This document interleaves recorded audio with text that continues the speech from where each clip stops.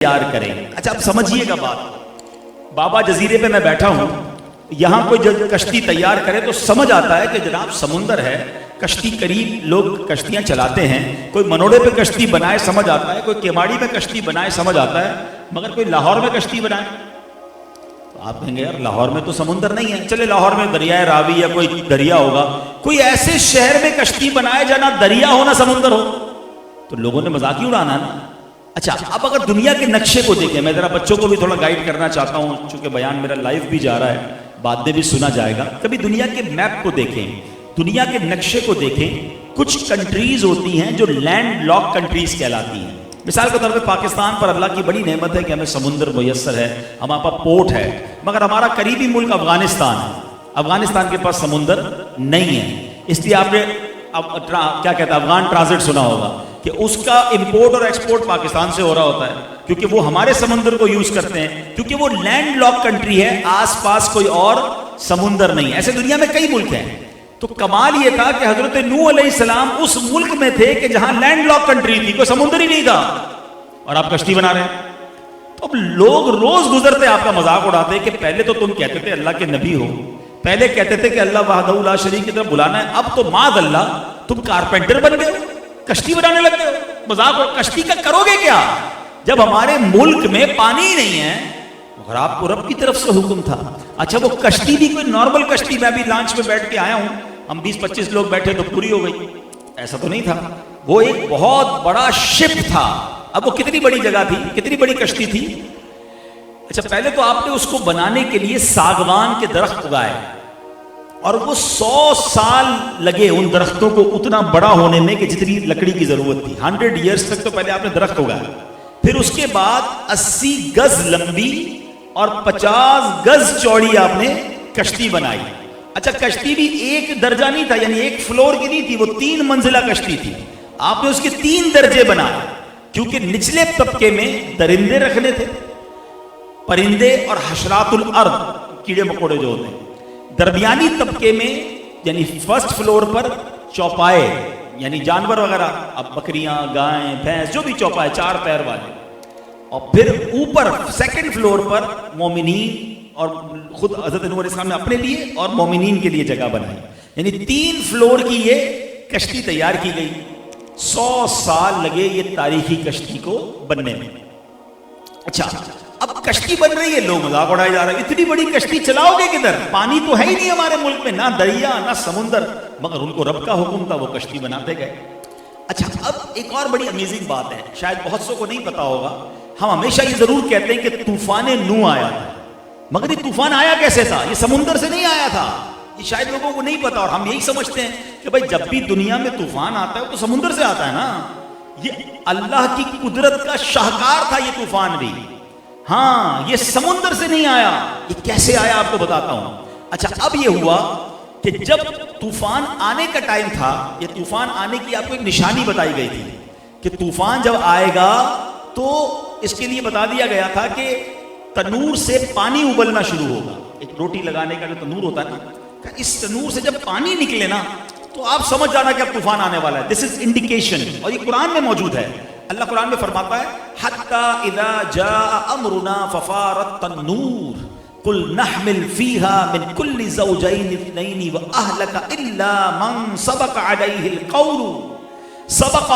الْقَوْلُ وَمَنْ آمَنَ وَمَا آمَنَ مَعَهُ إِلَّا قَلِيلٌ. قرآن کہتا ہے یہاں تک کہ جب ہمارا حکم آیا اور تنور ابلا تو ہم نے فرمایا کشتی میں سوار کر لے ہر جنس میں سے ایک جوڑا, نر اور مادہ, اور جن پر بات پڑ چکی ہے ان کے سوا اپنے گھر والوں اور باقی مسلمانوں کو, اور اس کے ساتھ مسلمان نہ تھے مگر تھوڑے. یعنی آرڈر یہ تھا کہ جب پانی تنور سے ابلنے لگے تو کشتی میں پہلے تو مومنین سوار کر لیے جائے, جو ایمان والے 80 لوگ تھے, اپنے گھر والوں کو آپ خود سوار ہو جائیں اور 80 لوگ سوار ہو جائیں.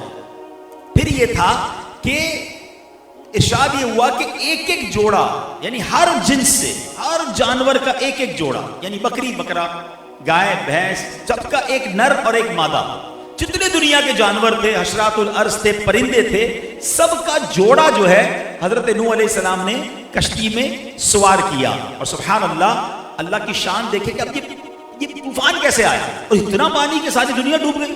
تو ہوا یہ کہ 40 دن تک مسلسل بارش ہوئی، دن اور رات نان اسٹاپ، موسلا دھار، یعنی لفظ موسلا دھار بھی تھوڑا ہے، یعنی بارش بھی کتنی ہوئی کہ فرمایا کہ زمین جگہ جگہ سے پھٹ گئی اور زمین کے اندر سے بھی پانی کے چشمے پھوٹے، یعنی آسمان سے بھی پانی آیا اور زمین سے بھی پانی نکلا، اور اللہ اکبر اتنا پانی آیا کہ 40 گز اونچے پہاڑ بھی اس میں ڈوب گئے۔ یعنی دوسرے لفظوں میں دنیا میں کچھ بھی نہیں بچا تھا، پوری دنیا میں پانی تھا اور بڑے بڑے پہاڑ بھی ڈوب گئے تھے۔ اب ایک کشتی تھی جس میں 80 مومنین تھے اور جانوروں کا، پرندوں کا، چرند کا، درندوں کا، حشرات الارض کا ایک ایک جوڑا تھا، ٹھیک ہے، یہ اللہ کی شان تھی۔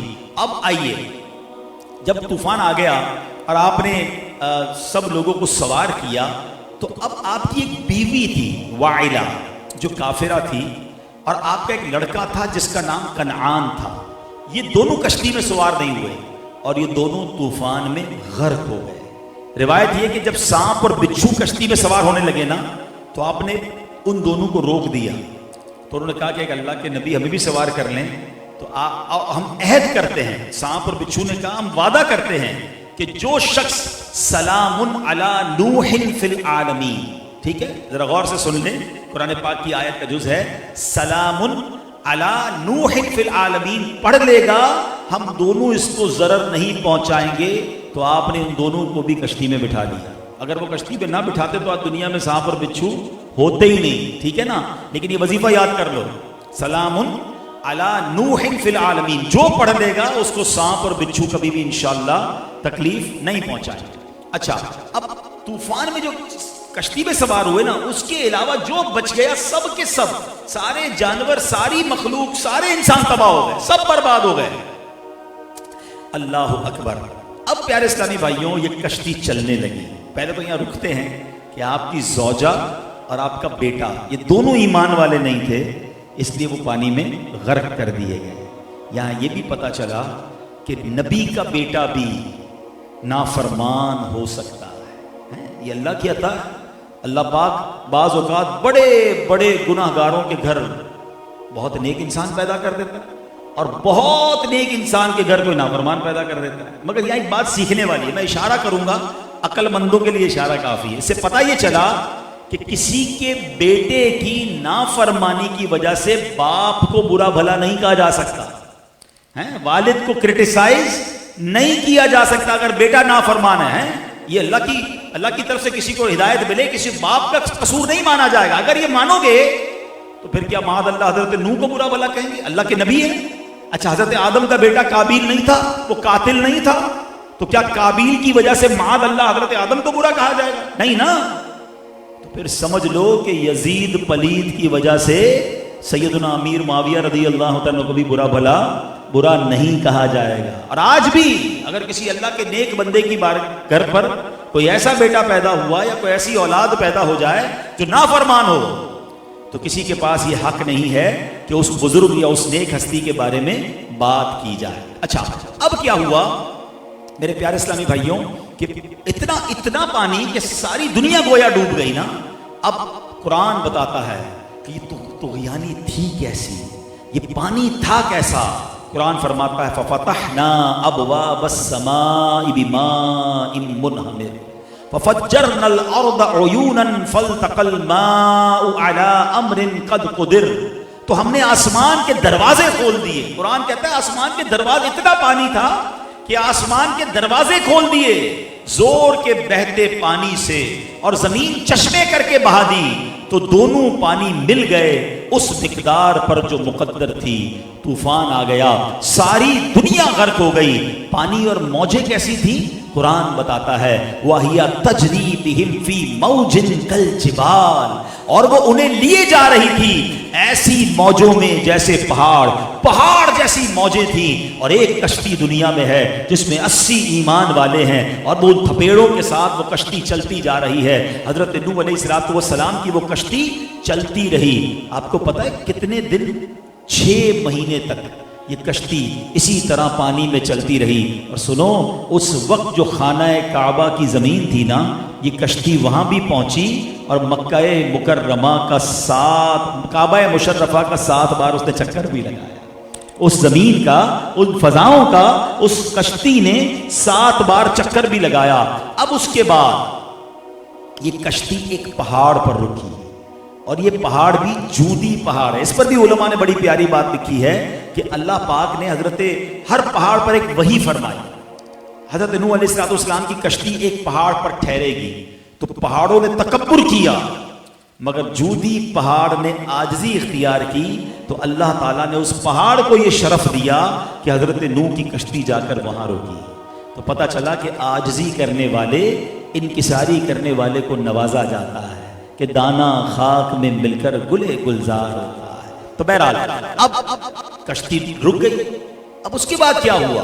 اللہ اکبر. اب یہ بات سمجھنی ہے کہ اب دنیا واپس روایت کیسے ہوئی کہ حضرت نوح علیہ السلام کی کشتی جب رک گئی، اب یہ پانی گیا کیسے ہے؟ پوری دنیا میں اتنا پانی تھا تو یہ ڈرین کیسے ہوا؟ یہ بڑی کمال کی بات ہے. آج ہمارے بارش ہو جائے تو مہینوں پانی نہیں اترتا، تو اتنا پانی کہ ساری دنیا ڈوبی ہوئی تھی، تو یہ ڈرین آؤٹ کیسے ہوا؟ سبحان اللہ. تو اب اللہ پاک کی طرف سے حکم دیا گیا زمین کو کہ اے زمین، جتنا پانی تجھ سے چشموں کی صورت میں نکلا ہے وہ سارا پانی تو پی لے، اور اے آسمان تو اپنی بارش بند کر دے. اب پانی گھٹنا شروع ہوا، طوفان ختم ہو گیا. اللہ کریم نے حضرت نوح علیہ السلام کو حکم دیا کہ اے نوح، اب کشتی سے اتر آئیے. اب آپ اس پہاڑ پر باہر اترے اور آپ کی فرمایا کہ اللہ تعالیٰ کی طرف سے سلامتی اور برکتیں آپ پر بھی ہیں اور ان لوگوں پر بھی ہیں جو کشتی میں آپ کے ساتھ ہیں. آپ سوچیں یہ کیسی دنیا تھی. میں آپ کو لاجیکلی بات پتہ ہے کیا بتاؤں؟ ہم جتنے لوگ یہاں موجود ہیں نا، ہم سب ان 80 لوگوں کی اولاد میں سے ہیں. یعنی وہ جو 80 لوگ دنیا میں بچے تھے، اس کے بعد یہ دنیا چلی ہے، تو ہم سارے اس دنیا میں جو موجود ہیں ان 80 لوگوں کی اولاد سے ہیں. یہ آدم ثانی اس لیے حضرت نوح علیہ السلام کو کہا جاتا ہے. اب ذرا غور کیجئے، ایک پہاڑ ہے، 80 لوگ ہیں، nobody over there. دنیا میں کیا کیا ہوا ہے آپ کو معلوم نہیں ہے. اب آپ نے کیا کیا؟ حدیث شریف میں آتا ہے کہ حضرت نوح علیہ السلام نے اب ذرا دنیا کی خبر لانے کے لیے کسی کو بھیجنے کا ارادہ کیا. تو پہلے مرغی نے کہا کہ مجھے اجازت دیں، میں جاتی ہوں اور روئے زمین کی خبر لے کر آتی ہوں. تو آپ نے اس کو پکڑ لیا، اس کے بازوؤں پر مہر لگا کر فرمایا کہ تجھ پر میری مہر ہے. اب پرند ہونے کے باوجود بھی تو لمبی اڑان نہیں بھر سکے گی اور میری امت تجھ سے فائدہ اٹھائے گی. تو آپ دیکھیں، مرغی لمبی فلائی نہیں کر سکتی ہے مگر فائدہ ہم سارے اٹھاتے ہیں. اب کوے کو آپ نے بھیجا. کوا گیا، اور کوا گیا تو خبر لانے تھا. اس کو کوئی مرا ہوا جانور نظر آیا، وہ مردار پر اتر گیا. تو اب وہ جب واپس نہیں آیا تو آپ نے اس پر لعنت فرما دی، اور ان کی بد دعا کی وجہ سے وہ ہمیشہ خوف میں مبتلا رہتا ہے. کوا آپ دیکھیے ہمیشہ خوف میں رہے گا، اور کوے کو حل و حرم کہیں بھی پناہ نہیں. پھر کبوتر کو بھیجا. سبحان اللہ. تو وہ زمین پر نہیں اترا بلکہ ملک سبا سے زیتون کی ایک پتی چونچ میں لے کر آیا. تو آپ نے فرمایا کہ تم زمین پر نہیں اترے، اس لیے پھر جاؤ اور روئے زمین کی خبر لے کر آؤ. کبوتر دوبارہ روانہ ہوا، مکہ مکرمہ میں حرم کعبہ کی زمین پر اترا اور دیکھا کہ پانی ختم ہو چکا ہے، سرخ رنگ کی مٹی ظاہر ہو گئی ہے. کبوتر کے دونوں پاؤں جو تھے اس سرخ رنگ کی مٹی سے رنگین ہو چکے تھے. جب وہ واپس آیا، سبحان اللہ، حضرت نوح علیہ السلام سے وہ عرض کرتا ہے کہ اے خدا کے پیغمبر، میرے گلے میں ایک خوبصورت ہار عطا فرمائیے اور میرے پاؤں میں سرخ خضاب مرحمت فرما دیجئے اور مجھے حرم کی زمین میں رہنے کی اجازت دے دیجئے. تو آپ دیکھیں آج آپ کو کبوتر کے گلے میں اس طرح کا ڈیزائن ملتا ہے کہ کیسے ہار کسی نے پہنایا ہے، پیر اس کے سرخ ہوتے ہیں. اور آپ مکے مدینے میں آج دیکھیے، یہ حضرت نوح کی دعا ہے کہ کبوتر آپ کو بڑی تعداد میں وہاں نظر آتے ہیں. سبحان اللہ. اب میرے پیارے اسلامی بھائیوں، حضرت نوح علیہ السلام نے اب سمجھیے کہ اب آگے زندگی بڑھنا شروع ہوئی اور وہ قوم کی اولاد ہونا شروع ہوئی اور دنیا آگے بڑھنا شروع ہوئی. میرے پیارے اسلامی بھائیوں، یہ ایک واقعہ قرآن کا کہ کشتی کیسے بنی، طوفان کیسے آیا، بے ایمان غرق کر دیے گئے، فرما بردار جو تھے وہ باقی بچے. یہ ہم سب کے لیے بہت سارے درس ہیں.